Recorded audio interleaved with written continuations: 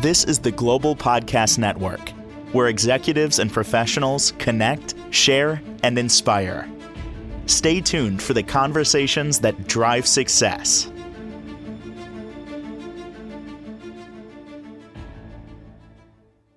And welcome back, everybody. We're going to talk about something today that can really make you more comfortable in conversational situations. Improvising, not worrying what's going to come up and just kind of going with the flow, being in the moment. And this is all part of what she does in terms of drama therapy. Never knew it existed until we met. Therapy is fantastic. Add drama to it, and things are revealed. And sometimes I want to say it's also fun. It doesn't feel like therapy. She is a registered drama therapist, and so great to have Sally Bailey back with us. How are you doing today? Doing good. Yeah. So it's funny we're talking about this because I have a friend who last night, after taking a class in improvising, went on stage. I wasn't able to make it at a comedy club and just did a comedy routine. I'm still waiting for feedback on it. Her fiance did the same thing like 3 years ago, completely out of their wheelhouse. I didn't even know she was going to do it. I knew that he did it. And I was surprised, saw a post that she's going to be there. And I just want to add to it. I'm in the a metro of New York. It's a pretty big club. It's not like just a little hole in the wall. I was kind of surprised, but I give her a lot of credit for just going out there and essentially improvising. Do you feel that that's a super valuable skill to learn or get comfortable with just to move your life forward and not have maybe anxiety in certain situations, or how am I going to react? I'll only plan this out in my head. What are your thoughts on it? Oh, absolutely. Learning how to improvise really helps center yourself and put you into the moment just in everyday life. Because to improvise well, you have to listen and be with the people you're improvising with, and you can't go up into your head. You've got to stay in your body, including your ears and your eyes and, your brain too. And it was very interesting too. On Sunday, they had the first Elspeth episode for the season on CBS this year. And she asked to be taught how to improvise, even though, as an actor, I can tell that she knows how to improvise really well. But she asked for improvisation lessons because she always gets lessons from people she thinks are the person who's committed the crime, and then figures out, gets into their head and all that stuff. But I mean, it's great for being able to make conversation with people that you don't know well, because you're really listening. And it's great if you have to get up and do a presentation, because you feel much more comfortable talking about things. Before I really learned a lot of improvisation, I was like, okay, I can get up if I have every word written out and read it to people and kind of fake that I'm reading it. But now I can get up and just talk about what I know. So I feel that a lot of this comes from confidence and resilience to get to that point where I can rely on me. If something presents, I'm going to pull it off. I'm not going to worry about it. Do you feel that you need to build a certain level of confidence to get there? Oh, you have to practice at it. I mean, it's not going to come in 2 seconds. You have to get used to the back and forth. I mean, it's almost like throwing a ball back and forth with another person, because you have to be there and play the game of being with another person. Sure. And the more you do it, the better you get at it. I've had lots of students come into my creative drama class who are not drama majors, and they are ready to go and drop the class because they know they can't do this. But I get them to do a couple of very simple games involving improvisation, and they go, oh, I can do this. Okay, maybe I won't drop it. Maybe I'll stay around for a week or two. And I think in all the years that I've taught, I've had one or two people drop creative drama. And at the end, they feel like they can present anything in any of their classes. They can go up and meet somebody new. If they see somebody who's interesting, they can have a conversation with a professor who they might have been intimidated by. So I think it's something that everybody needs to learn just to function better in society. I'm going to ask this question and I'm going to try and phrase it clearly, properly. But even though we are improvising, would you say that there is planning involved or there's a little bit of structure involved? What do I mean by that? So, if you were a comedian and you're improvising, we already have pieces in place. You're there. They may know you for your style. You may have a couple of seconds ago established that you're married, you have a dog, you're a parent or whatever. So these have been defined already. It seems, and I'm trying to go through my whole mind here, that it's usually not completely improvised. There's a little bit of information already typically established. Would you say that's kind of true? I think that's true because in life, there are things that are established too, in terms of information. And there's kind of a whole continuum of types of improv where you go from, I don't know anything about this. I will totally rely on what comes out of the first person to speak's mouth and follow that.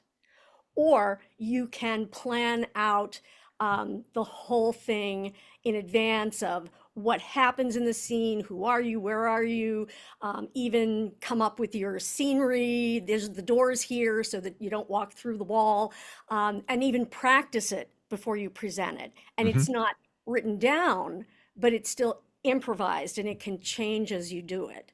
Like So there's a framework. There's a yeah, framework. yeah, absolutely. So you decide what kind, like some comedians will say, give me a place. And people always say, a mortuary. You know, they try to think of the most hard place to do a thing in. Usually it's a really place you can do a lot of fun things with, or really untasteful things too. Hmm. Um, and they have to work at making it work. But they've had hours and hours and weeks and months of practice. So they make it look really easy. And it is easy, but it's different than we usually are in real life. And what's different about it is that you always say, sometimes you actually say yes, but in your head, you're accepting whatever offer the other character or person gives you, and you're building on it so that you're not being given an offer and say no, because then the scene stops. Yep. Yep. And nothing happens. And if you get into that habit, and we do that sometimes in life, we say no really quickly in terms of an offer to go have a dinner or whatever. It's easier to say no to somebody when they're not asking you to help them. Right. Just, but if you say no, or if you say maybe, things only go so far. But if you say yes, and meaning let's add something to this situation, it keeps rolling along. And usually you can feel when the scene is coming to an end because a good scene will build to a climax, and then you do something to end the scene. Well, bye, Hmm. I'll see you tomorrow. Yep. Yep. But it seems, like you gave an analogy of playing a game. If the ball, if I throw the ball to you, what are you going to do? Typically, you're going to catch it and you're going to have some kind of action, running down the field, running around a base, unless it's, baseball and I threw the ball and we got the person out, but there was still an action involved in that. You're not just going to catch the ball and just Stand there. Do nothing. Yeah. Drop it. Let it go Right. over my head. Right. Yeah. Right. Yeah. Or if it's a game of catch, you throw it back Yep. and the person gets another offer. They gave you an offer, you give them an offer back, and you keep throwing that offer back and forth. But you can't go on, what do I want to say? You can't go on automatic Yeah. Autopilot. Yeah. autopilot because Yeah. then you lose the energy of it and it kind of comes to a stop. Do So you you've got feel to it's be in there. impactful? Obviously, being in the moment, listening to the other person, but also giving yourself a little bit of grace where you can pause for a moment. It's not like I got to say something, you said something. I got to say something, you said something. It's we can lean back on it. Like how many comedians would be doing a situation and then throw it to the audience? One of my favorite parts of any stand up is when something is revealed in the audience or the comedian starts playing around with somebody in the audience and they may say something and the comedian just looks at the camera or just looks at the audience, doesn't even say anything. Like it's like, what are we going to do with that? And then continues. You can hit the pause button here and there. It's okay. And you can make a mistake. Sure. That's one of the rules of improv is that you're allowed to fail. That it doesn't mean anything about you as a person, as a performer, that we all fall down sometimes, and you just pick it up and continue. Yeah.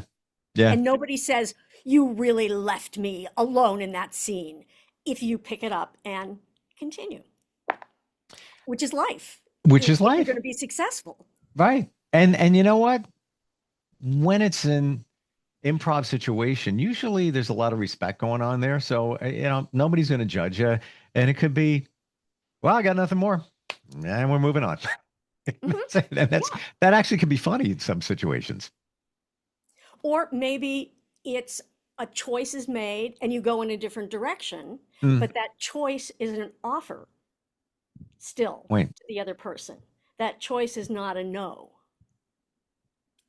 have you ever in a situation where you were improvising felt lost? Like, what do I do now? Um, I'm sure I have. I can't think of a specific thing because I don't really perform improv. I use improv in my work with people. Yep. So I've got a situation, I know the people, I know what we're headed toward, what our goal is ultimately. So usually I don't go blank. And in fact, I had a mentor once who said, people ask me how I know the right answer and what to say. And it just comes to me, which when you're improving and you're open, things just come to you. It's also experience though, Mhm. and it's also confidence because I'm sure in the beginning maybe you didn't feel that way. Oh, I didn't at Yeah. all. Mm. At all. But if you do it in a playful way, then it's not painful, it's fun. How would you set something up? Let's say, it's a session and you want to make it fun, but also, maybe attain a therapeutic goal. What would be, a couple of scenario setups that maybe you've done before, or just give us examples. Well, if I was working with somebody who had social phobia, who was afraid to go out, this would be a great thing to practice. And I could make an offer of a place to go and something to do. And because they know they're improvising, they can't say no. They have Mm. to say yes and build on it. So we could try that. That's very simple. Um, you know what? I really, really want to see the new movie that's coming out this Friday. And I don't like to drive downtown. Would you like to come with me? I would, but I'm a little uncomfortable. And to be quite honest, Sally, a lot of times I wait an extra couple of months until it's on streaming and I can do it at And you home. just said maybe. You just said maybe, which means no. So you have to say yes to my offer. Oh, okay. And see, in a therapeutic situation, that would be maybe the normal response that somebody with social phobia would have. Fair enough. And we would stop. I would say freeze. Okay, now you have to yes and me. Okay. Well, all right. And that's good because this is a good way to learn improv is to do an offer and the other person says no. And you see, we have nowhere to go. We have nowhere to go. Yeah. Because what are you going to say? All right. Please, I can't drive. You'd all say, right. Let's couple reset it. Ask me again, and then we'll move from there. You know, there is this movie coming out Friday, and I really want to go see it, but it's in the middle of downtown, and I don't like to go downtown by myself. Would you like to go see it? Sure, I'll go, but I prefer to go when it's not as crowded. Could we do that? We can go to a matinee, sure. It's never crowded at a matinee, and it's light outside too. You don't have as much a difficulty finding a place to park. Fair enough. And during the day, it's free parking in the village. After 6 p.m., they charge. So yeah, that sounds like a great idea. That is wonderful. Yes. And I'm thinking that the matinee is also less money, a couple dollars less. That's good. And we can then maybe go have dinner after the matinee and talk about the movie. Well, that would be fantastic. But since I'm driving, I'm asking that you pick up the refreshments during the movie. You are again knowing me because you're butting me. You butted me twice. And you're supposed to just and me. I don't want to just yes you. And I'm honestly, this is my mind is this is where it's going. It's just like, well, you know what? I've been in those situations. All right, well, I'm driving and everything. All right, how about you pick up? But how you could still do that in the scene. Yeah. But you would say, yes. Yes, we'll go to dinner afterwards. That's a fantastic idea. And would you be willing to pick up the tab? Yes, for the refreshment since I'm driving. And since I have to say yes and, you're going to get what you want in the scene. Maybe subconsciously, that's where I was going. I knew you were going to say yes. So, yeah. But I did butt you. But you have to be a full partner in an improv. Yes. Now I'm seeing that. And I wasn't trying intentionally to butt the system. I was really just being, having a conversation without saying I'm not going to do anything or part of it. I was like, yeah, okay.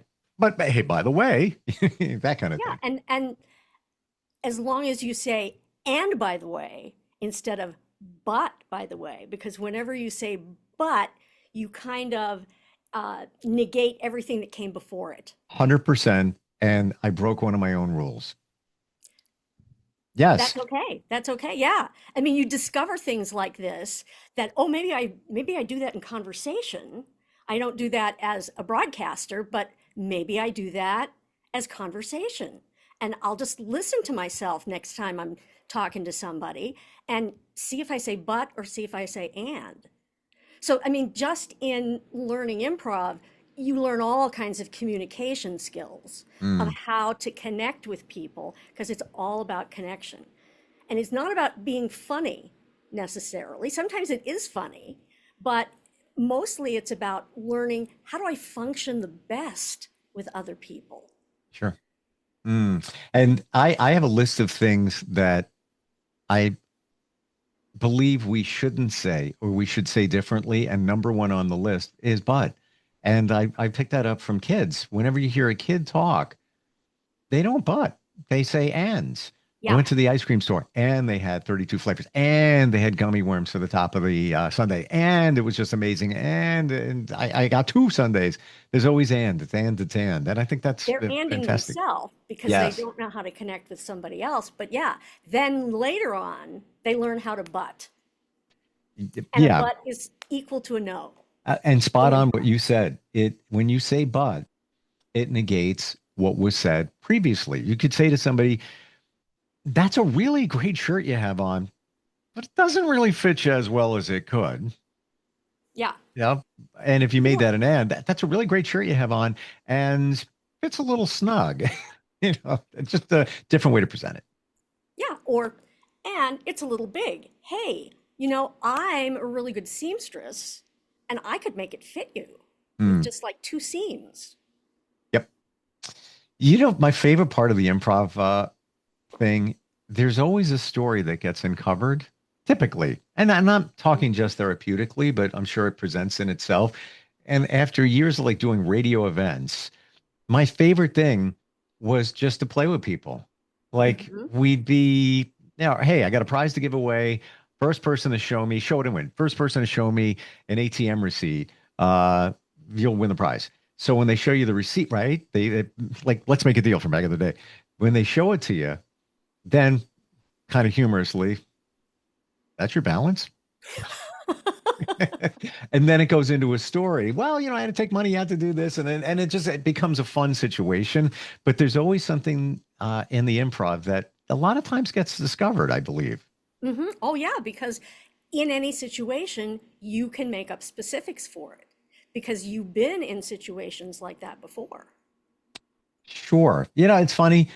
Most things that we deal with on a regular basis, we've done them before. A lot of things aren't new, or a piece of that situation in the current Mhm. situation. Um, it's, well, familiarity. You want to feel comfortable, right? Isn't that kind of the baseline for all of us?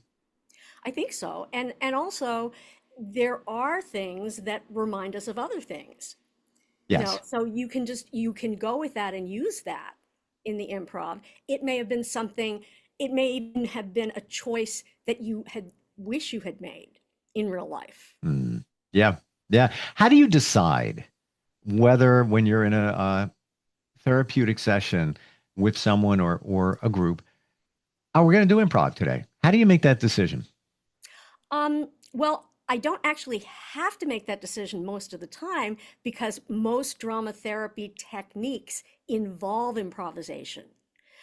So Ah. if you get people warmed up to with drama games that are um, offer and accept and offer back, then they're ready to go, and you can set up the situation um, to do it. Hmm. It sounds like it's a lot of fun in terms of what you do. If somebody's listening to this, certainly will give information on how they can connect with you on the drama therapy level. But what about if somebody wants to be a drama therapist? What's your suggestion? Well, first of all, you have to have an undergraduate degree because drama therapy is taught at the master's level. And there are 5 programs in the United States and one in Canada. The North American Association for Drama Therapy is Canada and the United States together. Wow. So there is a school up in Montreal, and then there's where I have taught for many years, Kansas State University. We are the only school in the middle of the country. Then there is a school in San Francisco, California Institute of Integral Studies. And there is a school in Seattle, which is um, Antioch University. And then there is a school in New York City, NYU. And then there is a school in Boston, Lesley University. And the Lesley University and the Montreal schools have other creative arts therapies within their school or department. So, Hmm. like, you could take a dance therapy class or a poetry therapy class or music therapy class in connection with working on drama therapy. And that can be very helpful because um, the arts really do interact and overlap in drama. Like, I can get people to think about a situation of where they want to go in terms of therapy. We're going to make a map of your life first. So I'm going to have you think it through. Everybody has time to draw a map. What are the blocks? What are the things you have to get past? Where's Hmm. the support along the way? Um, and then we can take that and we can act it out, Wow. put it on its feet. The person who drew it, they get to go through their map, and the other people join in and are other characters. And then if you wanted to, you could sit down and write a poem about it. What did it mean to you? What did you learn from it? So that you're thinking things through. You don't have to jump in and improv just what's on the top of your head. You get to really think deeply, and then you get to experience it, and then you get to reflect on it. Wow. This is amazing. And even today, I learned a lot from you thus far, but even today, like so much more of how it breaks you out of the therapy mold. Nothing wrong with that, but some of us we really don't want to do therapy. And maybe we're uncomfortable, talking about things or whatever. And just what you said, you could write a poem. Well, that's the same thing as journaling, but in a creative way. Yes. But you're still expressing and you're still purging it out. Fantastic. Sally, what's up? What's your website? My website is dramatherapycentral.com, and it's got lots of articles and pictures and information about drama therapy and links to the NADTA.org, National North American Drama Therapy Association website, where you can find out more information about different schools. Wow. Thank you for today. I mean, we looked at all sides here in a short period of time, improv, how it impacts therapeutically, and anybody wants to be a drama therapist. What a wonderful thing to help people, dare I say, in a fun way. Yeah. Seems like it's fun. In fact, this weekend in New Orleans, there's the annual drama therapy conference, and anybody could go to find out more about it. This is a whole world I didn't know of, but I never say never. Part of me wants to go up on that stage at the comedy club, maybe after a lesson, and wing it and give it a shot. The other part of me is like, don't do that, dude. Oh, I think you could. I think you'd be really good at it. I don't know. Yeah. You know what it is? I could play, but when the pressure is on to be funny, that's a lot of pressure. So maybe not at a comedy club, but I would love to play with it in a different scenario and see where it goes. Thank you for today. Really appreciate it, Sally. And we'll catch up next time. Bye. This is the Global Podcast Network, where executives and professionals connect, share, and inspire. Stay tuned for the conversations that drive success.